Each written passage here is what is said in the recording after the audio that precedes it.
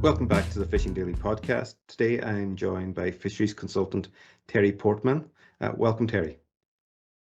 Thanks for having me on, Oliver. Terri, you're a strong advocate for the fishing industry. Where does this come from? I grew up in a small coastal town in Cornwall called Looe, and actually the parents had a hotel across the river from the fish quay. So I suppose a big part of every day was, the fishing boats coming and going.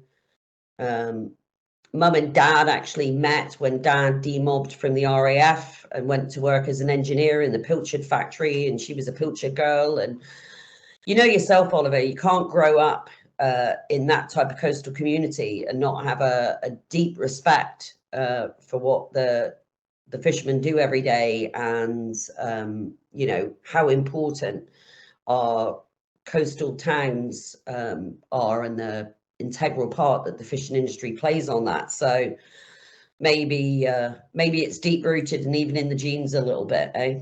Yeah, it's very difficult when you live beside the sea and there's the fishing boats coming in and out. It's very difficult not to sort of want to be involved and see what's happening and stuff like that. And over the years, you've been a very strong campaigner for the rights for fishermen and, safety at sea and everything else out there. Are you happy to see the work that's been done in that regard? Yeah, I mean, I think on the safety issue, we've come leaps and bounds, right? The industry absolutely has. So I think back 25 years ago when I started working, in and around fish, and life jackets. You rarely saw a life jacket on a boat. And then, as you know, Clive Palfrey, ex-fisherman, lifeboat of Coxswain of the Looe lifeboat, came to me and said, we can stop this from happening. We need to, we need to do more, because quite frankly, I think he was fed up of pulling dead fishermen out of the water who didn't need to be. And it was great that Plymouth City Council picked up his life jacket with locator beacon idea and rolled that out. And then, that was probably 4 or 5 years ago now. We've seen it become the norm even before the regulation came in. But I think whilst there's a real drive to improve fishing safety and boat safety, it almost happens in isolation of the day-to-day circumstances of fishing boats. So you'll know yourself, and you've covered pieces about the new MCA coding, and how a new interpretation of it meant that if a boat failed a roll test, it couldn't go to the offset load or the heel test. And it looks like the MCA are now working through that. But the motivation for the MCA, probably driven in part by numerous MAIB reports highlighting vessel stability issues, particularly with small boats. I can understand where that driver came from and good intentions, but yet again, somehow regulators have managed to totally disconnect from the day-to-day life of their stakeholders. Whereas I think the reason the Plymouth life jacket scheme was so successful and had such a big uptake, and not just the fishermen getting involved, but the wives and the girlfriends and the mothers, was because it was Clive Palfrey, who's very connected to the fishing industry, who understood what the real barriers were, rather than looking at where they wanted to end up at, which was, with this new MCA coding, better stability, safer boats. But I also think that, again, that's been done in isolation. So, what you really could have done with at the same time and to support that would have been Defra funding via the MMO funds, to support those vessels that were going to struggle, perhaps to make the modifications if they were needed. And so, yet again, we sort of find fishermen at the point of, at the pointy end of new regulation that's coming in very quickly, that's going to require, overnight changes. And as you know yourself, the small scale boats in particular have had a bad few years with the earnings, with the COVID, and various other things, and it unnecessarily, this lack of appropriate stakeholder engagement and understanding of the industry and what these lots of little micro businesses go through on a daily basis. I think that has caused so much highly predictable and very preventable pain. And that's, you know, that's something that we see time and time again. Nobody is questioning the need for better safety, and nobody is questioning that the government has a role to play in that. It's just sat in an office rather than, you know, engaging with the right, you know, the right type of people around the coast, like Clive Palfrey, and there will be others that are just committed but understand the real life barriers to small boats. So yeah, much more to do. I suspect that if the government was really serious about this, then making some funding available to help with these measures before they come in. So on the life jacket scheme, we were able to apply, or the council was able to apply for an MMO grant, which picked up some of the tab. If we're serious about fishing safety, that's what we've got to do. We've got to take a more holistic approach, a more grassroots understanding to what's going on, but also make sure there's money available, because otherwise, and as we've seen over the last 6 months, you're just tying up fishing boats that are unable to quickly respond to the financial requirements to upgrade. You know, so it's good that the MCA is taking this seriously, but it would have been nice to see in sort of cross-departmental work to make sure that there was some funding support there, even if it was by way of repayable loans that would allow fishermen to get back to sea and earning. Because of course it's that vicious cycle. You tie the boat up, the family suffers because there's no income, and the margins are really tight with fuel at the moment. So there's not, you know, the inshore fleet is not awash with big savings accounts. I've heard a lot of fishermen complain about the fact that, you know, there's this thing happening with the MCA new regulations where their boats are old boats and they're being asked to update them. But in a lot of cases, these boats aren't capable of being updated because, you know, they're old and they're an old style of boat, you know, and it seems we've putting a lot of pressure on maybe even driving out some of the fishermen. Yeah, I mean, that's interesting. So I'm aware of a boat that was recently built here in the southwest in the last 4 or 5 years, and it's sold. And then the MCA jumped aboard it. It failed the roll test and therefore was tied up, right? So it's not actually just about old boat versus new boat.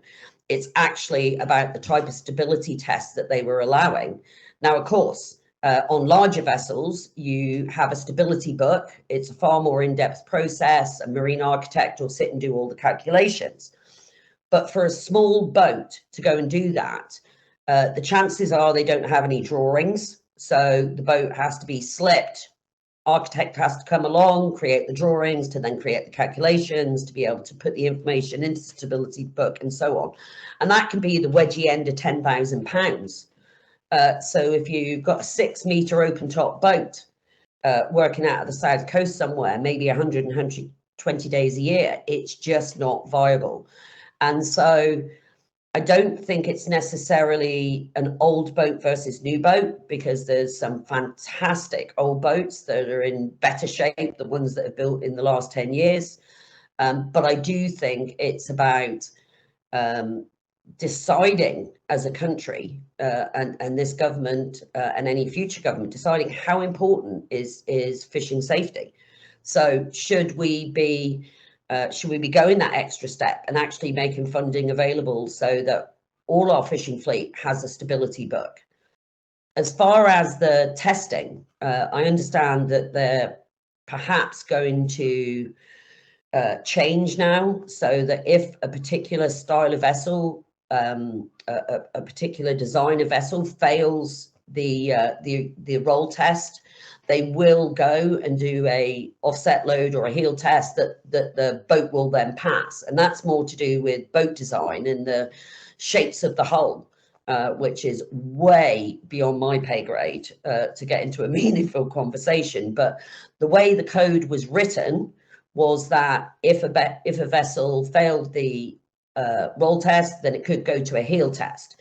But what has been happening around the coast since December, when a new chief inspector took over, was there had been a different interpretation. But I'm confident that the MCA have now listened to that, and they will be being more pragmatic. You know, these are not tankers. These are, you know, these are not cargo ships that fit a certain design. And as I mentioned, the idea that most of these boats that have failed the original test could pass if they had a stability put, but just don't have the money to, you know, to go and do everything that needs to be done for that. So again, it's about good intentions of government and the Marine and Coast Guard Agency wanting to make it safer, but doing that in isolation of understanding that you know, most fishermen, particularly small boats, are micro businesses, you know, and they just don't have either a corporation sat behind them or the savings to be able to go and cope with them. And the two need to go hand in hand and in parallel, because otherwise, as you rightly point out, you're driving fishermen out of the business. People are selling their boats because they just can't cope with it. Those that are coping with it, the mental health implications of it are terrible, not just to the fishermen, but to the family, you know. Talking about mental stress, Terri, last week you wrote a letter to George Eustice calling for a root and branch review of the Marine Management Organisation. Why was that? So, you know, yourself again, Oliver, you know, you've had to write so many articles over the last year or so, whether it's about catch up and the things that still aren't working for that. And, you know, this idea that fishermen can somehow guess the weight of their catch, you know, accurately and consistently within 10%. But if they don't, you know, they can end up with a criminal record and prosecution. You've covered a lot the issues surrounding the rollout of IVMS. And of course, we saw, and let's not forget, IVMS is not a new idea. I think it was Richard Benyon, the then Fisheries Minister in 2012, who committed to having VMS on all our boats by 2014. So it's 8 years late, right? And we've still had the problems of, you know, 4 bits of kit being approved finally, 1 being then revoked and uncertified for a while and then put back in, and a lot of time pressure that then, to be fair to the MMO team, they did, you know, they did extend it and listen to the industry. But again, all these things are predictable, were predicted, could have been prevented, but weren't. And the knock-on effect is a huge amount of cost to the taxpayer and a huge amount of stress to the fishing industry. I mean, it's not lost on me that one of the big selling points for Brexit was we were going to get rid of all that pesky red tape, right? And then we've almost overnight turned around since we've left and just keep loading more of our own homegrown red tape onto these boats. And then you look at the seafood sector. And again, it fell to the MMO to create the portals and the platforms for export paperwork with our fisheries to be done. And I actually gave evidence to the International Trade Select Committee maybe last year, saying that if you go and read the EU regulations about a third country, which we are now, at the point you enter the information to get your certificates to accompany your goods, it's supposed to cross-check with other data, landing data, etc. But the UK system, built by the MMO, doesn't do that. Now, at some point, especially if we're picking fights about the Northern Ireland Protocol, the French are going to start inspecting our goods as a third country and the paperwork in a way that they do other countries already. And it is absolutely in their remit to hold goods, contact the authorities and say, we've got your certificates here, please send us the backup documentation.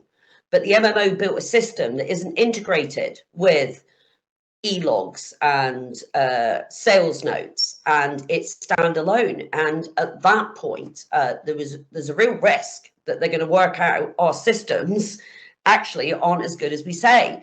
And it's a testament to the light touch that they've been putting on this, that hasn't been picked up yet. But, you know, whether it's Jamie at Lockfine Langoustines or whether it's the guys at Samways here in the Southwest, this system that they put in place to deal with that has caused a huge amount of pain, and in some cases caused people to stop exporting.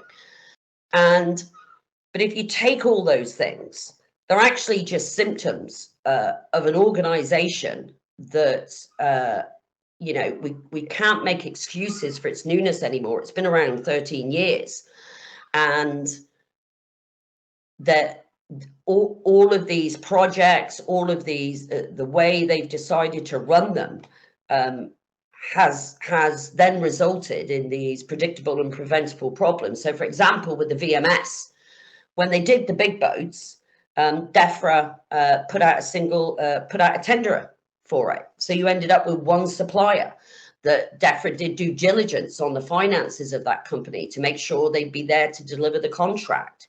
They created service standards that were required to be met. Now, the big boats will tell you that that wasn't tight enough. There should have been a requirement for a 24-hour turnaround probably for replacing kit. But what that did was that provided these bigger boats, these bigger companies, with a piece of kit that they knew, both the kit and the company had been through very robust testing and had, you know, had the financial health of the company. And when they've come to this, for some bizarre reason, they've decided to do a type approval system. And what triggered the letter to Secretary of State last week was I'm sign up for tender offers off the Defra portal, and up popped this email for an independent valuation of the IVMS kit, which the MMO assurance has already been through an independent, you know, verification, and in one case, in one supplier's case, twice. And now we're going to go and spend more taxpayers' money for what? And it's extraordinary. There's a project that Blue Marine and fishermen have been working on in Lyme Bay. And even before that, the great Nick Prust and the scallop fishermen in Lyme Bay were testing IVMS back in the late 2000s. None of those lessons were learned or fed into this process to come up with a type approval that was robust. And also we had a pilot here in the Devon and Severnivka area. And what we know from that is bits of kit were breaking down very quickly. They certainly weren't lasting 5 years. And the after sales supply in some cases wasn't great. So it's, now that we are an independent coastal state, the Fisheries Act has created a lot more responsibilities, things that the EU used to take care of for us that we're now going to take care of. So on top of all this stuff that the MMO hasn't been delivering on time, on budget, in a, you know, in the best way possible, we're now going to give them a bunch of other responsibilities. And I just really fear where that takes us. So recently, they've been doing the engagement for fisheries management plans. I went to the one in Plymouth in the middle of the week, in the middle of the day. The only two fishermen that showed up were people that I and a colleague press ganged off fishing boats in the harbour that were working on gear and in to actually attend.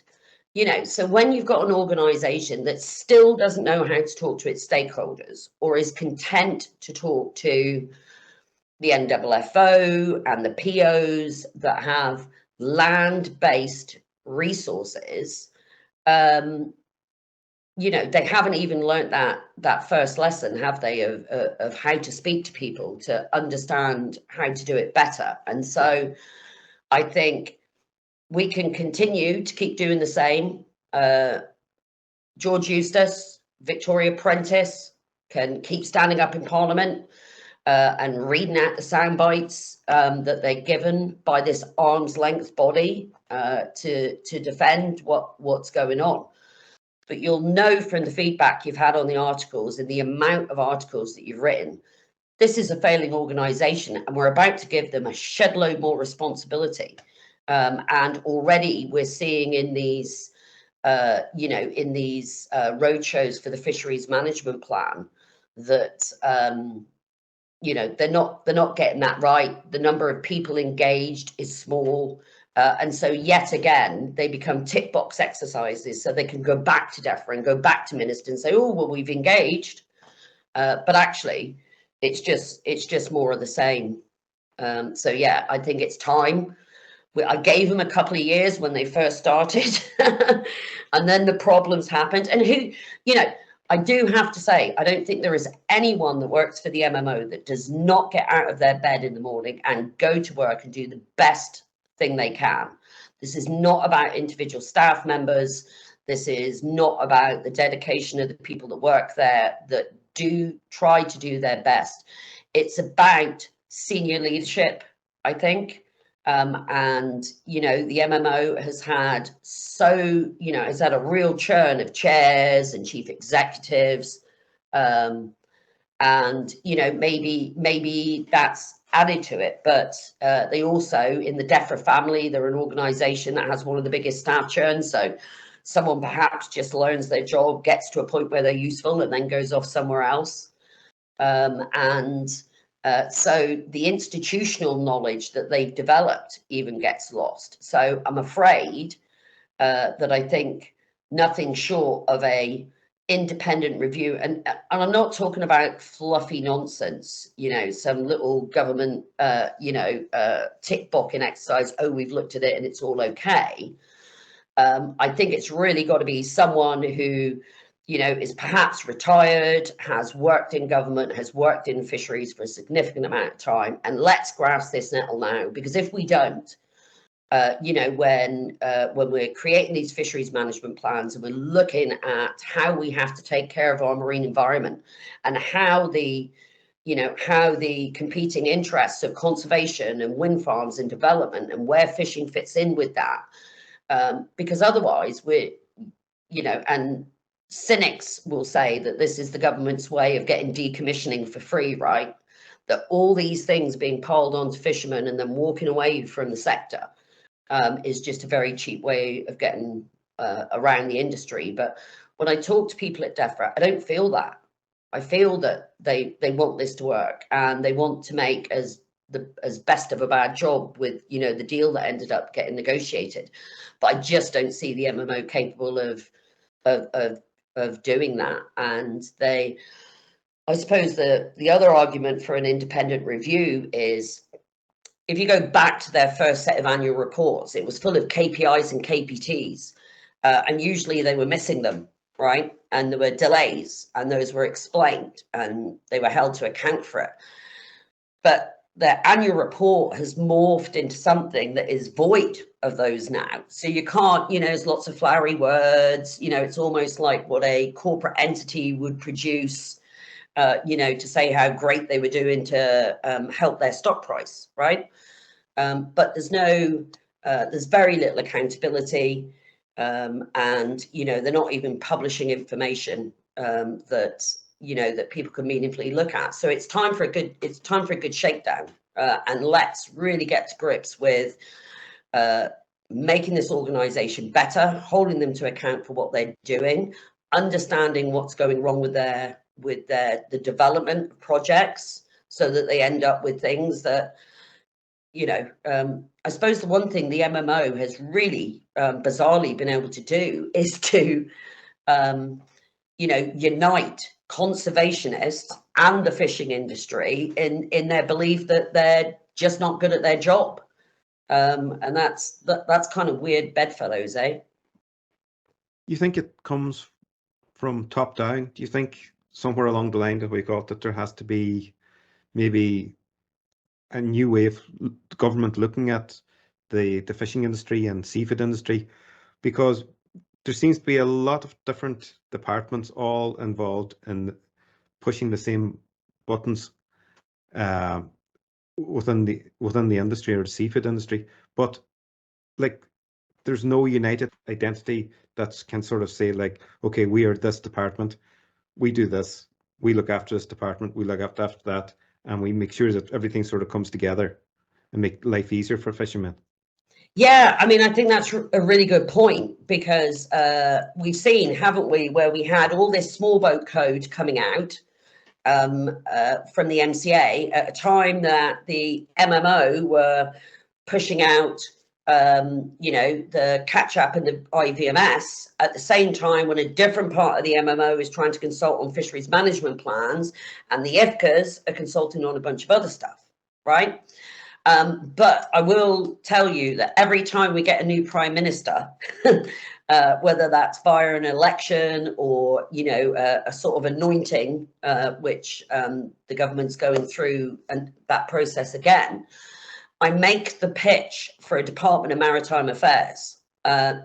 Never been picked up, but we're one of the few countries in Europe that actually doesn't have that. And I think there is a real argument that would give, that would hit that button for government of savings as well, of taking a lot of our maritime activities and putting them all into the same thing, and getting away from this non-departmental body or this agency, which then gives secretaries of states and ministers the opportunity to say, oh, they're an arm's length body.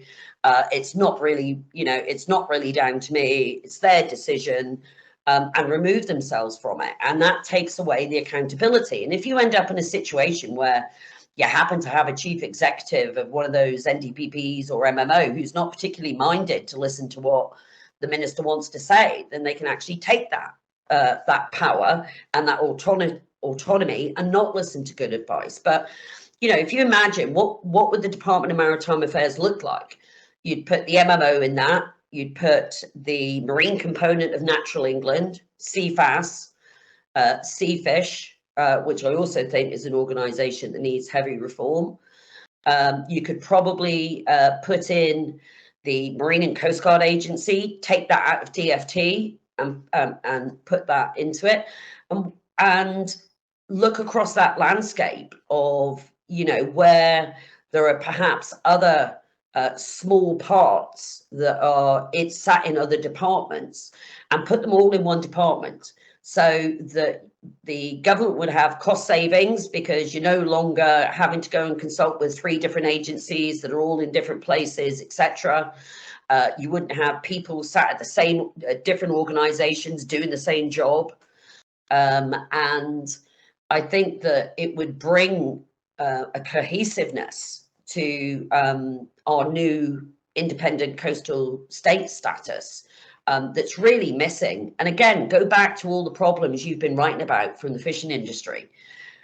These, quite often these are split in different directions, aren't they? So when we go and cut trade deals, I'm not sure who's being consulted on that by government. So obviously it's the Foreign Office that goes and negotiates our trade deals, but who's tapping into it? Because if you look at Australia and the trade deal we've cut there, for example, there is no benefit there. In fact, there's a big detriment to our seafood industry. So Australia exports prime product and imports cheap white fish.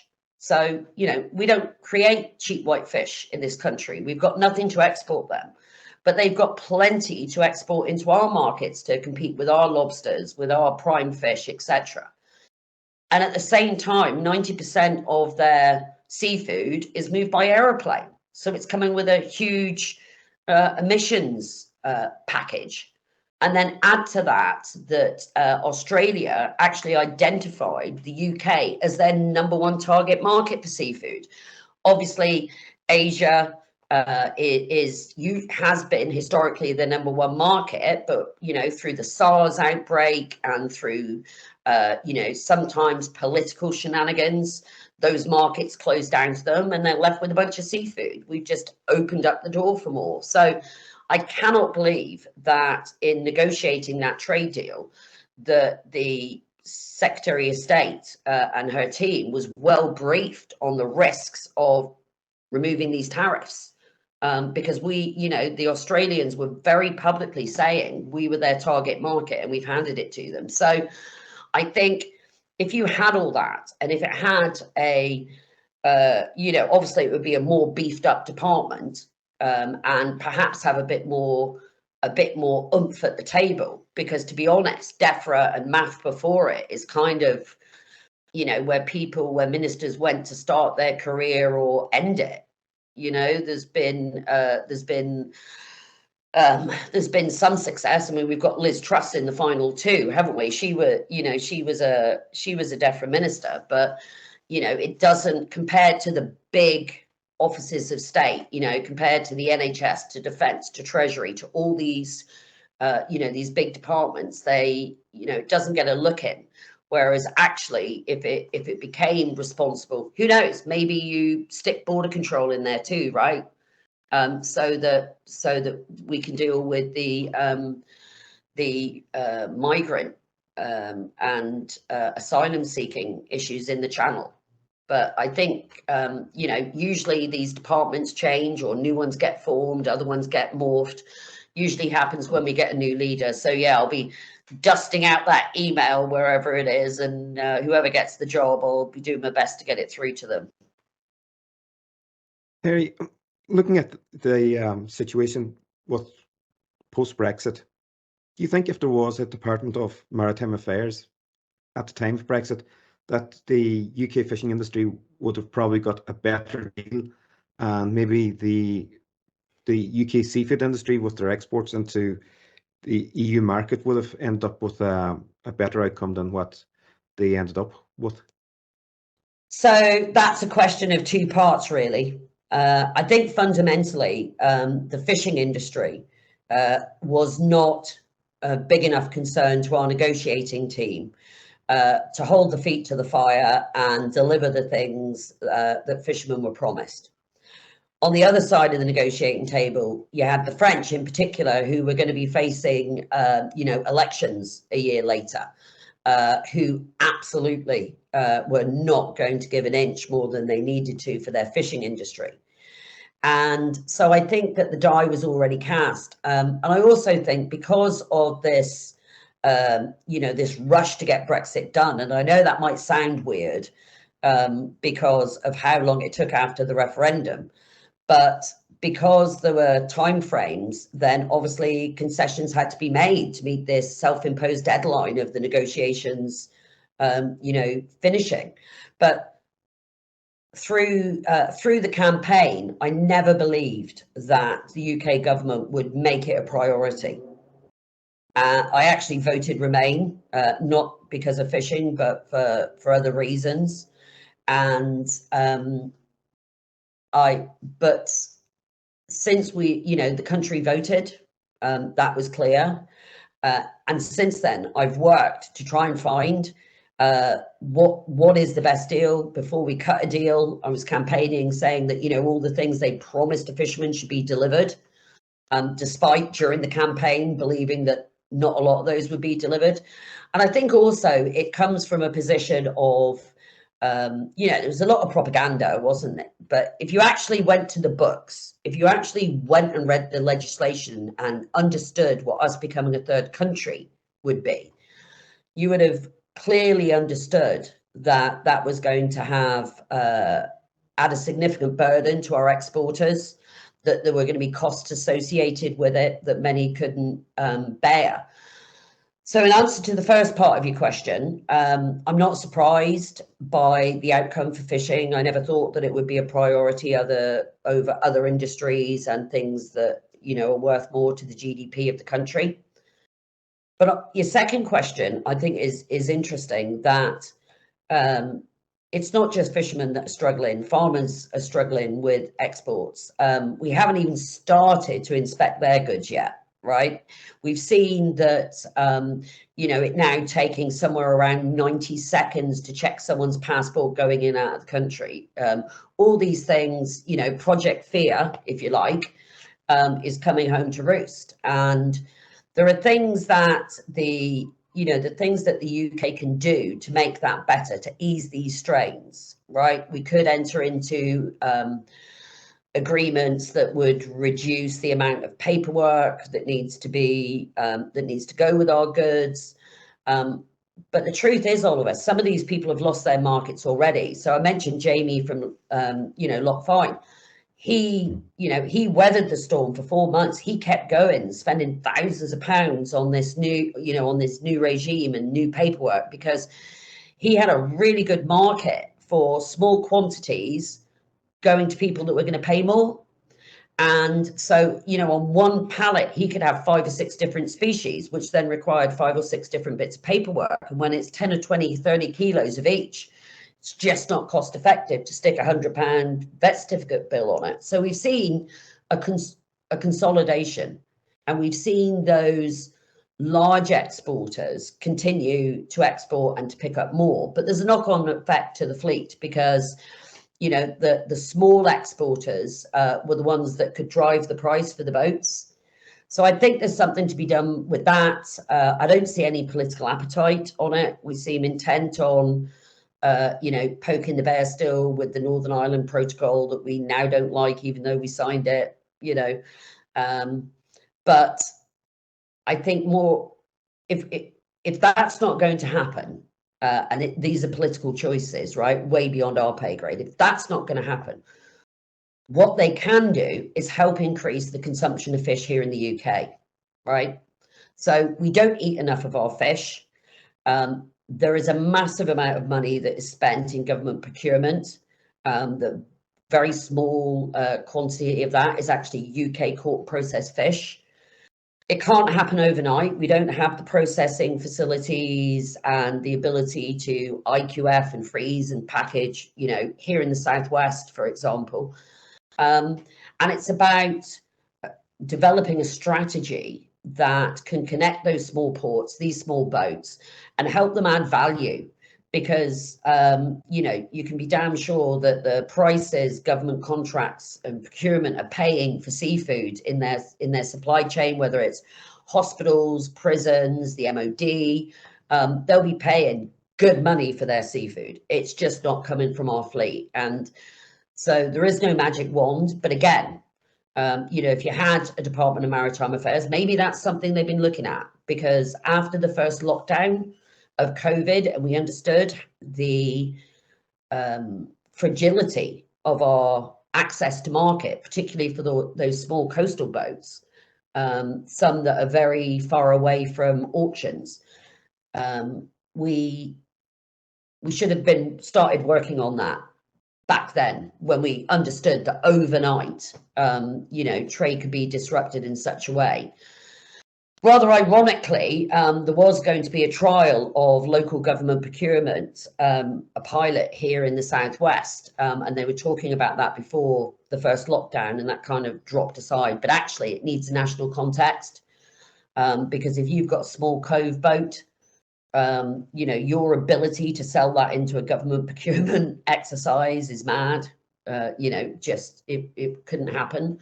So it needs some clever thinking, but it's possible. So if the government isn't going to renegotiate a better deal, find an easier way for our exporters to export, and again, when we get to that magic 4 years down the road, I don't see any government, not just this one, renegotiating in a meaningful way. Now's the time to start trying to add value to our catch using government procurement, and also for the government to start incentivizing UK supermarkets to sell more of our fish rather than importing it. We've left the EU. We can put levies on things as we want to, but instead we seem to be, again, in a disconnected way, cutting trade deals with countries that can flood our market with more seafood. So ever the optimist, Oliver. Well, I think a lot of people was quite shocked when they found out how much Russian and Norwegian fish was coming into the country, and it only came to light when the Russian invasion of Ukraine sort of happened, and you know, people sort of shocked, and they're going, well, where's our fish going? That's probably a question that has to be answered, isn't it? Yeah, I mean, I think so. Generally speaking, you'd say sea fish is the body that's supposed to take care of this, but there's something in their legislation in the Seafood Act that requires them to work on behalf of, products that are levied, which of course they collect a lot of levies on imported fish versus what's landed on the quayside. And so maybe there's, it's time for an amendment to that regulation, and actually to put an emphasis on those levies being captured, but the money actually being spent on encouraging eating more UK fish, and getting that access to market and promoting it. We're used to walking through supermarkets and seeing British flags on beef, right, on lamb, on other products, on veg and fruit. We don't see that. We don't see that in the UK. Now, fair play to Aldi, who during the lockdown did a 5 or 6 week promotion, on their sort of their shelf where all the promotion is for meat and fish that week. And they had lemon sole, they had monk, they had Dover sole, turbot, and they worked with a local supplier to do that. So we know it's possible, right? We know that there are routes to market, and there are ways for our processors to work to get UK fish and to put it into supermarkets. We just need more of that being done. We need, government in their discussions about food security and working with supermarkets to incentivize, to direct that, to happen. And I think one last thing I would say on that, we need to probably change our labeling laws here in the UK. Because currently, if a product is processed in the UK, it can have a UK factory number on it. Now, processing could be taking out a bulk packaging and putting it into individual packaging, right? So if you actually wanted to go and buy British fish tomorrow, you couldn't actually do that just by looking at the labels. So we need to also think, because one thing lockdown showed us, and as you know, I worked with Call for Fish, but there were many other initiatives set up around the coast that promoted the eating UK fish, and the public reacted to that wonderfully, and they were more adventurous, trying, weaver fish and megrim and, species that you wouldn't normally find. So I dispute that we are a nation of cod and chippeters out of choice, and because we have some aversion to trying new things. You walk down any high street, we've got international cuisine is mainstream on our high street. So the idea that we're not going to try some species a little bit different, I don't believe is true. And I think a big part of why the top 5 are the top 5 is because it offers their supply chain, offers continuity of supply, consistent supply, and, more or less uniform prices, or, prices that can be predicted in comparison to our wild fish, capture fisheries. So yeah, hashtag eat our fish, Oliver. Let's be doing more of that. But it's going to need government intervention. What's on the agenda for the next couple of months up until the end of the year? Is there anything big coming up? I don't know. I mean, I suspect that listen, it strikes me that Secretary of States have to get fed up with standing in front of the fishing industry or in front of other parliamentarians and making excuses, right? Who knows what will happen with a new leader and a new prime minister? Anything's possible, right? And to include a general election. And I think that for me, I'm going to keep batting away, particularly on behalf of the small boats. What I have been really interested to see is there's 3 community interest companies that have been set up around the coast. There may be more that I'm not aware of, but one in Plymouth, one in the Lyme Bay area, and one in East Anglia. And basically, those community interest companies are hopefully going to get funding and be able to have land-based representative to be able to go to all these meetings in the middle of the day, in the middle of the week, engage with government policy in the same way that the big producer organizations or, bigger fishing companies and seafood businesses and, you know, the NFFO and the SFF and these guys can attend and actually get a seat at the table, because I do think Defra wants to hear their voices. I do think that Defra recognises that helps create better policy. But it's always been a problem, right? Because you've got, you know, you might have a group of harbours in Lyme Bay with 50 different boats, right? 50 different individual businesses. And maybe they don't have the skill set, but they certainly don't have the time to be going to these meetings. And so I'm hopeful that we'll see more of these community interest popping up, that government supports it, that charities support them coming forward, because actually it's about fishermen having a voice. It's about fishermen writing to the minister on behalf of their association, not me as an individual.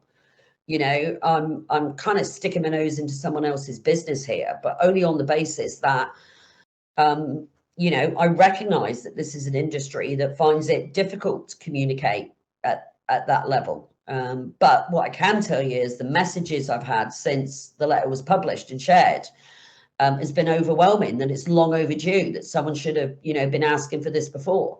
You then ask yourself, why hasn't that happened? Well, that goes back again to where we started this conversation today with stakeholder engagement, right? That the fishermen have got to a point, in particular with the MMO, and again, small scale fishermen, that they don't see the point of engaging anymore because they don't believe they're being listened to. They don't believe that the information is having an impact on the process and on the projects. And that could be for two reasons. You know, that could be because there isn't a deep enough understanding in the MMO to take that information and to process it and understand how important those suggestions may or may not be. Or it could be, as many fishermen think, that it's just a tick boxing exercise. Now, again, I go back to the point.